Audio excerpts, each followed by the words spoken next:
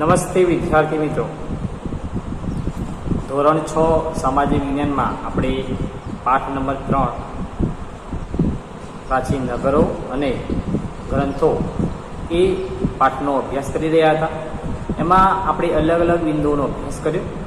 આજે આપણે આ પાઠનું અંતિમ બિંદુ, જેનું નામ છે આપણા પ્રાચીન ગ્રંથો, એમાં સૌથી મોટો ગ્રંથ જેને કહેવામાં આવે છે ઋગ્વેદ, આ ઋગ્વેદનું આપણે આજે અધ્યયન કરવા માટે જઈ રહ્યા છીએ. તો એવું કહેવાય છે કે વેદો છે એ વેદો 4 છે. કયા કયા છે એ પણ આપણને ખબર છે. તો વેદો 4 છે. સૌથી પહેલો વેદ છે ઋગ્વેદ, બીજો છે યજુર્વેદ, ત્રીજો છે સામવેદ અને ચોથો છે અથર્વવેદ. આ 4 વેદો છે. આ 4 વેદોમાં સૌથી પ્રાચીન કોઈ વેદ હોય તો એ વેદ છે એ ઋગ્વેદ છે. એટલે એને સૌથી પ્રાચીન ગ્રંથ એ માનવામાં આવે છે. તો આ જે ઋગ્વેદ છે એ ઋગ્વેદમાં કેટલા મંડળો હશે, કેટલા શ્લોકો હશે, કેટલા સૂક્તો હશે, એના વિશે માહિતી આપણે આજે પ્રાપ્ત કરવા જઈ રહ્યા છીએ. તો ઋગ્વેદમાં 10 મંડળો છે, 1028 પ્રાર્થનાઓ છે, જેને સૂક્ત તરીકે ઓળખવામાં આવે છે. પરીક્ષામાં પ્રશ્ન પૂછાય કે ઋગ્વેદના કેટલા મંડળો અને સૂક્તોનો સમાવેશ થાય છે. તો ઋગ્વેદની અંદર 10 મંડળો અને 1028 સૂક્તોનો સમાવેશ થાય છે. ઋગ્વેદ વિશે એવું કહેવાય છે કે ઋગ્વેદ એ પ્રાચીન જ્ઞાનનો ભંડાર એ છે. એમાંથી ખૂબ બધી માહિતી આપણને પ્રાપ્ત થાય છે અને તે પ્રાચીન સંસ્કૃત અને વૈદિક સંસ્કૃત આ બંને ભાષામાં એનું લખાણ થયેલું જોવા મળે છે. પરીક્ષામાં પ્રશ્ન પૂછાય કે ઋગ્વેદનું લખાણ એ કઈ કઈ ભાષામાં લખાયેલું છે. તો ઋગ્વેદનું લખાણ એ પ્રાચીન સંસ્કૃત અને વૈદિક સંસ્કૃત એ બંને ભાષામાં એનું લખાણ લખાયેલું જોવા મળે છે.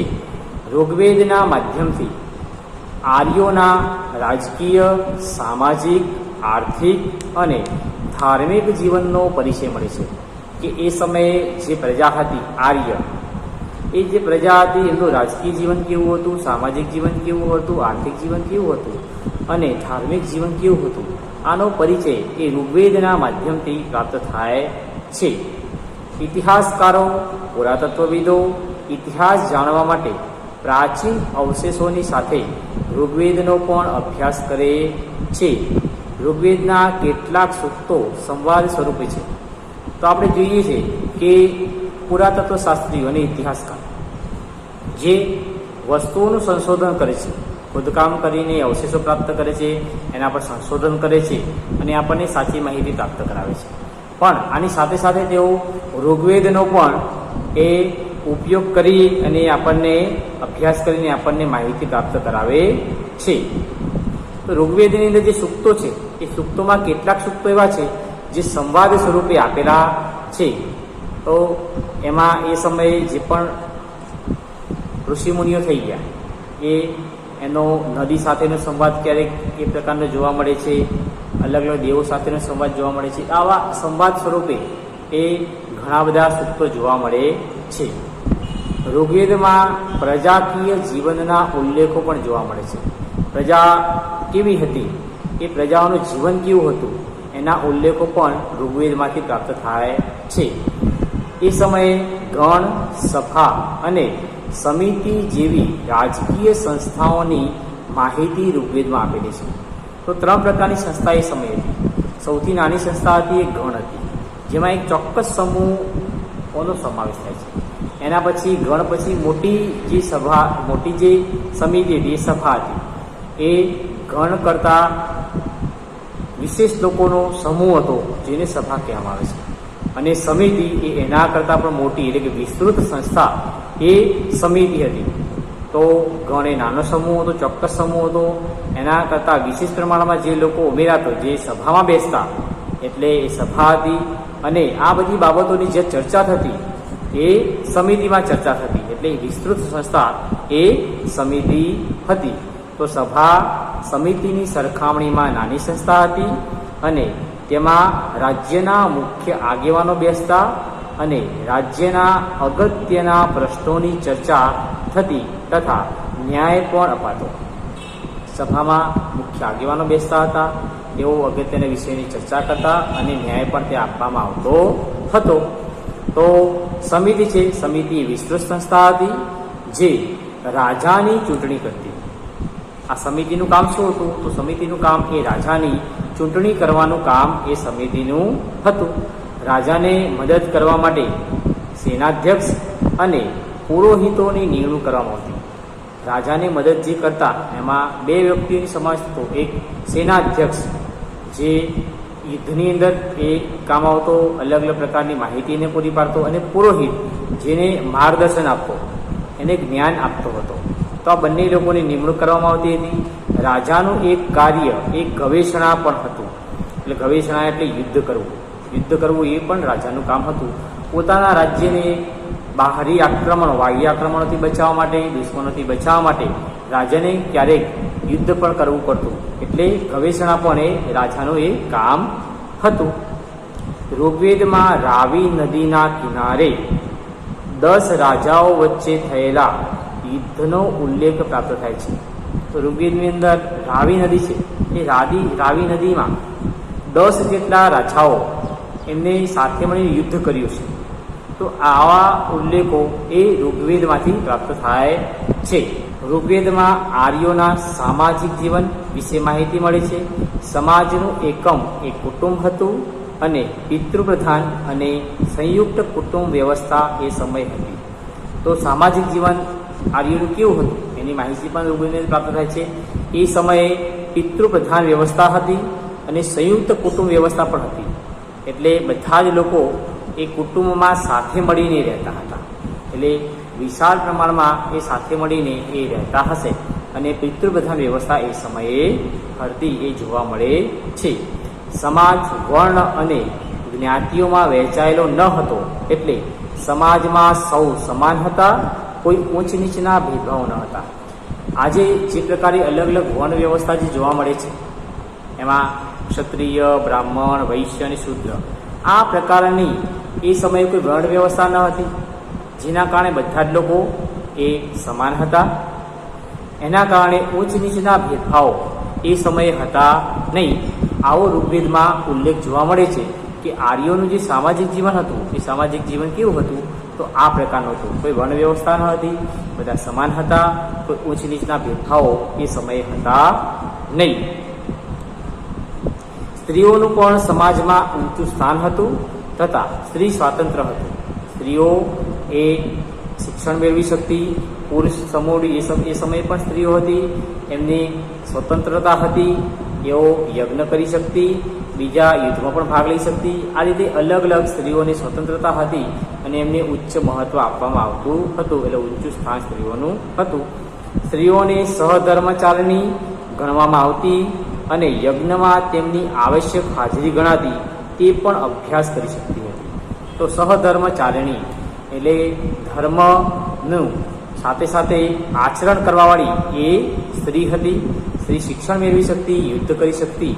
આ બધી જ રીતે સ્ત્રી છે એ સ્વતંત્ર હતી અને યજ્ઞની અંદર ચોક્કસ એની હાજરી એ ગણવામાં આવતી હતી. આજે પણ કોઈ યજ્ઞ થાય છે તો યજ્ઞમાં પુરુષની સાથે સ્ત્રીને બેસાડવામાં આવે છે. કેમ?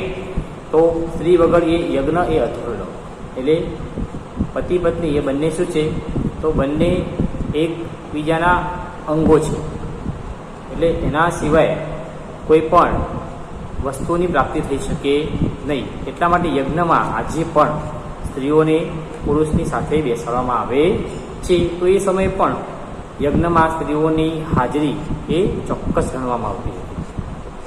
તો એ સમયે કઈ કઈ સ્ત્રીઓનો સમાવેશ એટલે એનો ઉલ્લેખ જોવા મળે છે? તો એ સમયે અપાલા, લોપામુદ્રા, ઘોષા જેવી વિદુષી સ્ત્રીઓએ તો ઋગ્વેદની ઋચાઓ પણ રચી છે. કન્યા પુખ્ત વયની થાય ત્યારે જ તેમના લગ્ન કરવામાં હતા. તો ઋગ્વેદની કેટલીક ઋચાઓ જે છે એ ઋચાઓનો અભ્યાસ અને ઋચાઓની રચના એ ઘણી બધી સ્ત્રીઓએ એ સમયે કરેલી હતી. એમાં લોપામુદ્રા છે, પછી અપાલા છે અને ઘોષા, આવી વિદુષી જે સ્ત્રીઓ હતી એમણે ઋગ્વેદની કેટલીક ઋચાઓનો પણ રચના કરી હતી. સ્ત્રી જ્યારે પુખ્ત વયની થાય ત્યારે તેના લગ્ન કરવામાં આવતા હતા. આવો ઋગ્વેદમાં ઉલ્લેખ જોવા મળે છે. ઋગ્વેદમાં પ્રકૃતિની પૂજાના પણ ઉલ્લેખ જોવા મળે છે. એ સમયે કઈ પ્રકૃતિની કઈ બાબતો છે એની પૂજા કરવામાં આવતી, તો પ્રકૃતિની પૂજાના ઉલ્લેખ જોવા મળે છે, જેમાં ઇન્દ્ર, વરુણ, અગ્નિ, સૂર્ય વગેરેની પૂજાના ઉલ્લેખો જોવા મળે છે. આ અલગ અલગ જે દેવતાઓ છે એમાં ઇન્દ્ર છે, વરુણ છે, સૂર્ય છે, અગ્નિ છે, એમની પૂજાના ઉલ્લેખો જોવા મળે છે. એના સિવાય સવારની દેવી ઉષા અને સાંજની દેવી અદિતિનો ઉલ્લેખ પણ જોવા મળે છે. સવારે પણ એ લોકો પૂજા કરતા, સાંજે પણ સંધ્યાવંદન કરતા.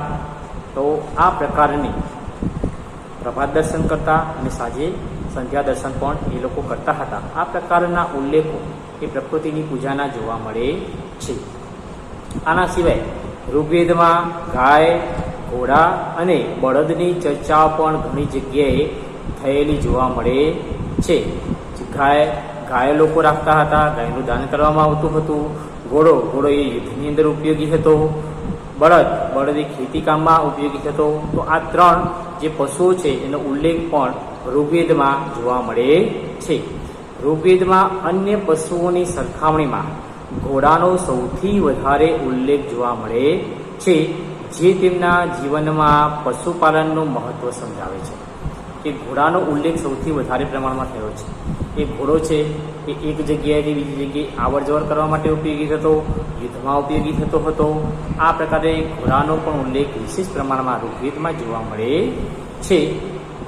પશુઓ માટે યુદ્ધ કરવું એ કબીલાઈ જીવન જીવતા લોકો માટે સામાન્ય હતું.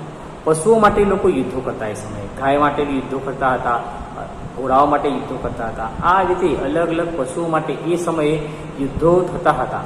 તો એ સમયે જે કબીલાઈ વ્યવસ્થા હતી, એક ચોક્કસ સમૂહ એટલે કબીલો એ જંગલમાં રહેતો હતો, એને સરદાર હતો. તો પોતે કબીલાઓ વચ્ચે યુદ્ધો થતા, અને શાના માટે? તો પશુઓ માટે યુદ્ધો થતા હતા. સંપત્તિ મુખ્યત્વે પશુઓની સંખ્યા પર આધાર રાખતી, એટલે એની જે સંપત્તિ હતી એ મુખ્યત્વે પશુઓના સંખ્યાના પર આધાર રાખતી. કોની પાસે કેટલા પશુઓ છે એ પ્રમાણે સંપત્તિ ગણવામાં આવતી. કોઈની પાસે 10,000 ગાયો હોય, 1,00,000 ગાયો હોય, એટલા ઘોડા હોય, ઘેટા બકરા હોય, તો એના આધારે એ સંપત્તિ એ ગણવામાં આવતી હતી. પશુપાલન સામૂહિક રીતે થતું અને ઋગ્વેદકાલીન અર્થવ્યવસ્થા પ્રારંભિક ચરણોમાં કૃષિ ગૌણ હતી. એટલે એવું કહેવાય છે કે પશુપાલન હતું એ સામૂહિક રીતે લોકો કરતા હતા એ સમયે. અને ઋગ્વેદકાલીન જે અર્થવ્યવસ્થા જે હતી એ ચરણમાં કૃષિ ગૌણ હતી, એટલે કૃષિ હતી એને બીજું સ્થાન આપવામાં આવતું હતું.